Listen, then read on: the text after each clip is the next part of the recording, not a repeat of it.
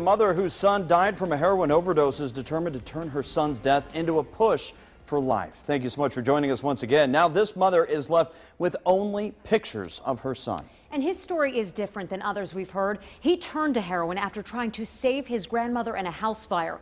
Now on your sides, Roseanne Aragon spoke to that mother who is using his story in the hopes of inspiring others to act. Once you got to know him, he had a heart of gold. He was Cindy Fields' world.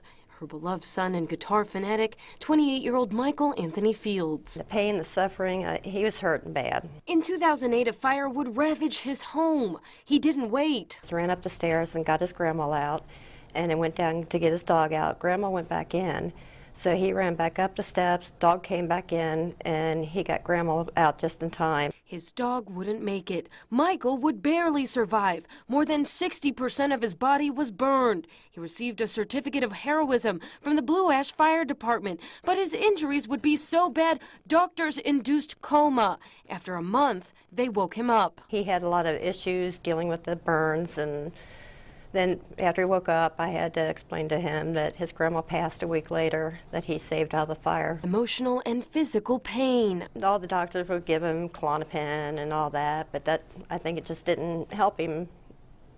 It was like a bunch of demons in his body that he couldn't deal with. He turned to heroin. It was a battle with himself he would fight for years. And he showed me his arms. Look, Mom, I'm free, I'm clear, I'm doing great. But last November, an officer would come knocking. He said, can we have a seat? I hit the ground. Michael overdosed. I miss him so much.